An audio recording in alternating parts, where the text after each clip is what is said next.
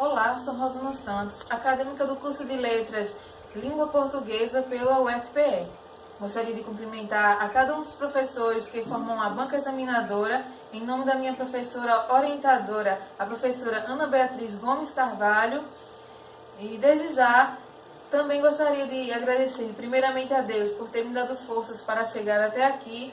Agradeço aos meus familiares por terem me apoiado sempre e agradeço também aos meus professores de um modo geral. O tema do meu trabalho é Ensino de Linguagem e Valorização Cultural no Ensino Fundamental 2. Justificativa. A escolha desse tema se deu em observar a forma de uso da linguagem nos dias atuais e como ela está sendo aceita no contexto socioeducacional.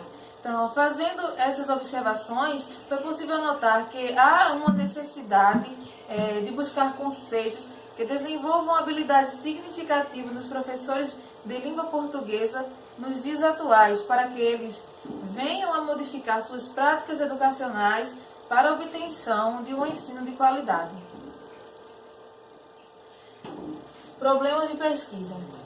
Ao analisar o uso da linguagem e sua diversificação no meio cultural nos dias atuais, percebeu-se que há uma necessidade em analisar também como andam as práticas pedagógicas nas aulas de língua portuguesa no ensino fundamental 2.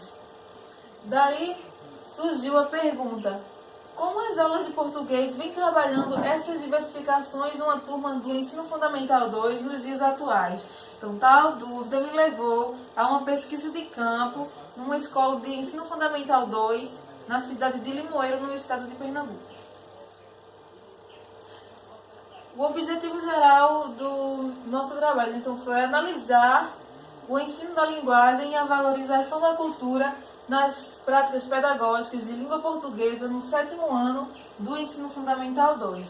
Objetivos específicos foram indicar as relações da linguagem e da cultura nas práticas pedagógicas e identificar as mudanças das práticas pedagógicas no ensino de linguagem e valorização cultural atualmente. A introdução. Desde o início dos anos 80, o ensino de língua portuguesa vem tendo como necessidade básica melhorias no ensino da leitura e da escrita. O tema abordado destaca a importância do ensino da linguagem no 7º ano do ensino fundamental 2 e como ele tem sido desenvolvido através das práticas educacionais, assim também como a valorização da cultura numa retrospectiva histórica e atual diante da sociedade.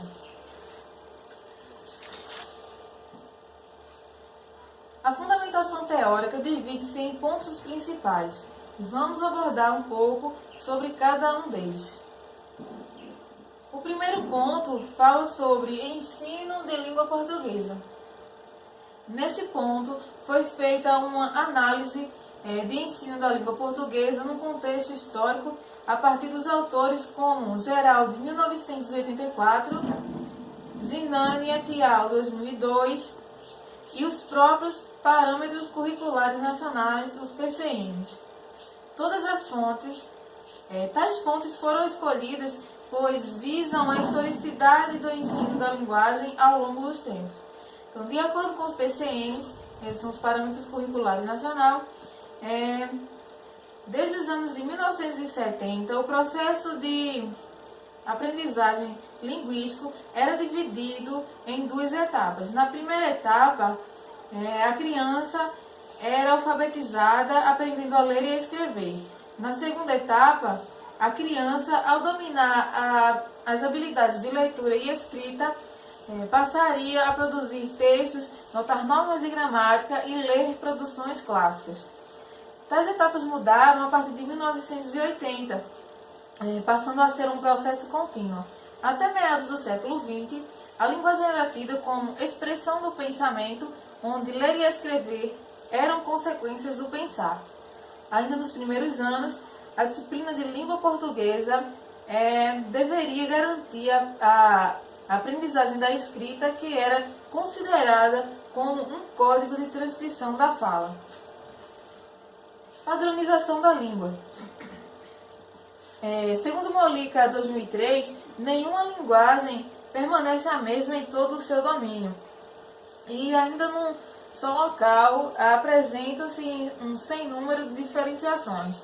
E que essas variedades de ordem geográfica, de ordem social e até individual, pois cada um procura utilizar o sistema linguístico da forma que melhor lhe exprime o gosto e o pensamento. Então, isso não lhe prejudica a unidade superior da língua e nem a ciência que tem os que as falam, diversamente, né, de se desvirem de um mesmo instrumento de comunicação, de manifestação de emoção. Formas de linguagem. A linguagem acontece também com o corpo. Quando falamos, estamos sempre falando com o corpo de forma gestual, ou mesmo que não falamos, nos caracterizamos com adereços que reflitam a nossa origem em se tratando de um lugar social em um momento cultural.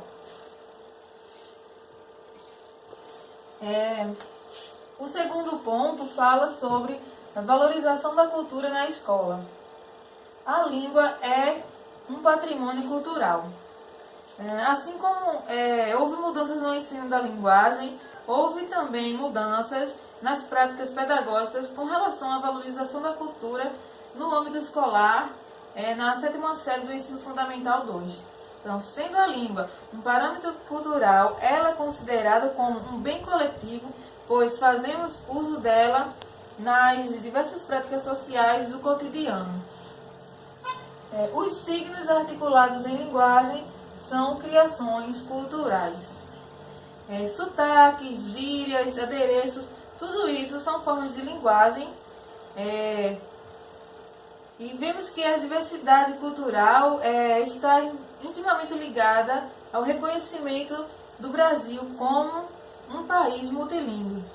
Segundo Rodrigues, 1985, o Brasil, sendo uma sociedade dividida em castas, raças e classes, as várias línguas dos indígenas e dos imigrantes lutaram contra uma única língua branca. Então não poderia haver paz linguística ou cultural num mesmo instante em que o processo de unificação já era evidente. O momento cultural. Sempre há um momento de comunicação, tanto verbal quanto não verbal. Há nesse instante um momento cultural. Então, segundo Freire, em 1974, ensinar é uma prática social, uma ação cultural, pois se caracteriza na interação entre professores e alunos, refletindo a cultura e os contextos sociais a que pertence.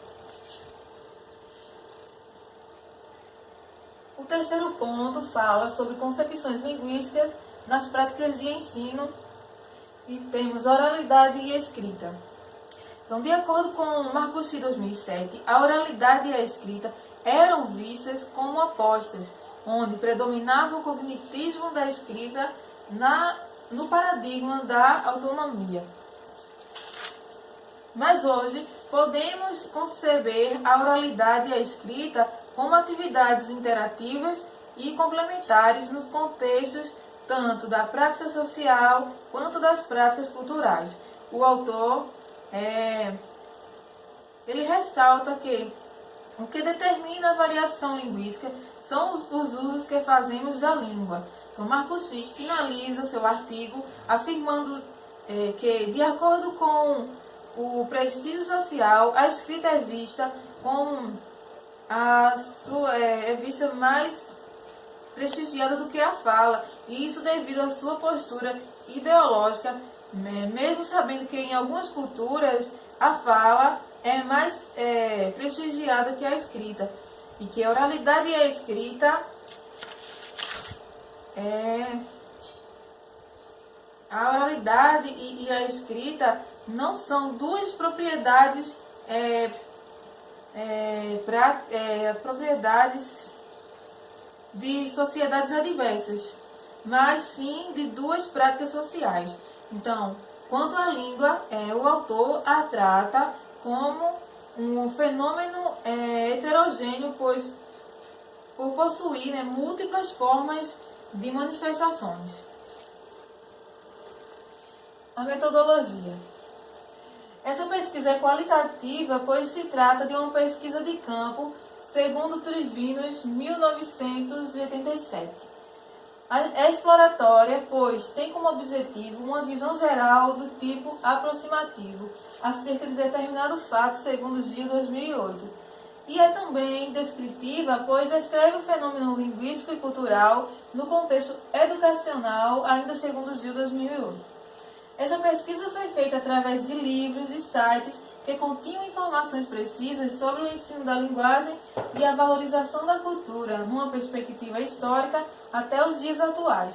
A ferramenta mais usada para a obtenção dos resultados foram os Parâmetros Curriculares Nacionais, os PCNs.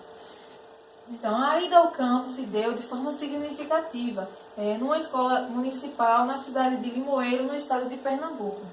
Lá houve uma boa receptividade por parte da direção da escola, da professora de língua portuguesa da turma do 7º ano do Ensino Fundamental 2 e dos próprios alunos daquela turma.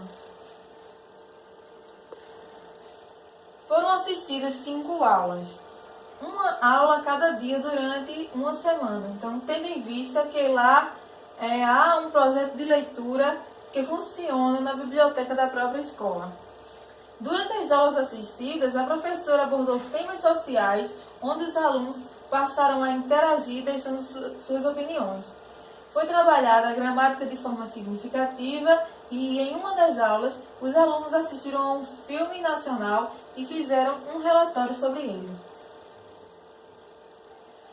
Também foram trabalhados em sala de aula balões, charge, linguagem visual e criações de histórias em quadrinhos.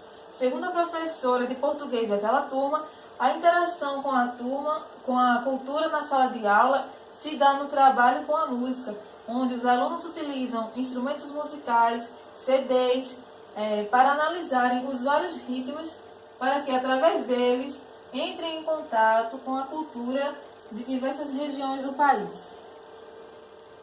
E essas são nossas referências bibliográficas.